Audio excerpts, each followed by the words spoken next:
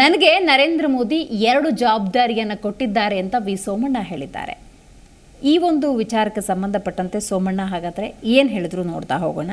ನಮ್ಮ ರಾಜ್ಯ ಹಾಗೂ ಇತರ ರಾಜ್ಯಗಳಿಗೂ ನಾನು ಸೇವೆ ಮಾಡ್ತೀನಿ ಅನ್ನೋದು ಸೋಮಣ್ಣ ಅವರ ಮಾತು. ಬೆಂಗಳೂರಿನಲ್ಲಿ ನೂತನ ಕೇಂದ್ರ ಸಚಿವ ಸೋಮಣ್ಣ ಈ ಹೇಳಿಕೆಯನ್ನು ನೀಡಿದ್ದಾರೆ.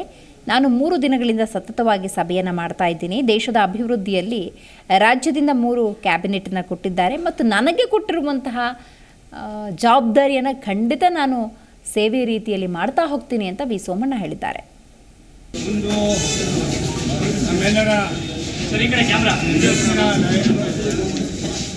ರಾಷ್ಟ್ರದ ಅಭ್ಯುದಯದ ಅಧಿಕಾರಿಗಳು ವಿಶ್ವದ ಮಟ್ಟದಲ್ಲಿ ಭಾರತವನ್ನು 1-2ನೇ ಸ್ಥಾನಕ್ಕೆ ತರ್ತಕ್ಕಂಥ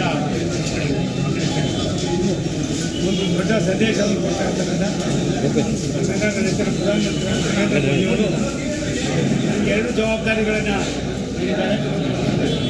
ನಾನು ಅದನ್ನು ಸವಾಲಾಗಿ ಸ್ವೀಕಾರ. ಜಿ ಕನ್ನಡ ನ್ಯೂಸ್ ಈಗ ನಿಮ್ಮ ಮನೆಯಲ್ಲೇ ನೋಡಿ. ಎಲ್ಲ ಕೇಬಲ್ಗಳಲ್ಲಿ ಈಗ ಲಭ್ಯ.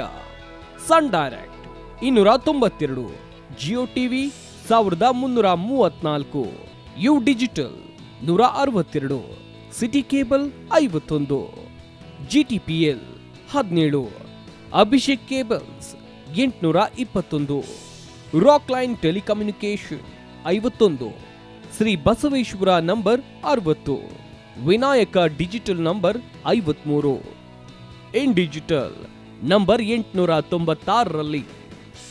ನಿಮ್ಮಿಸ್ತದ ಜಿ ಕನ್ನಡ ನ್ಯೂಸ್ ನೋಡಿ ಆನಂದಿಸಿ.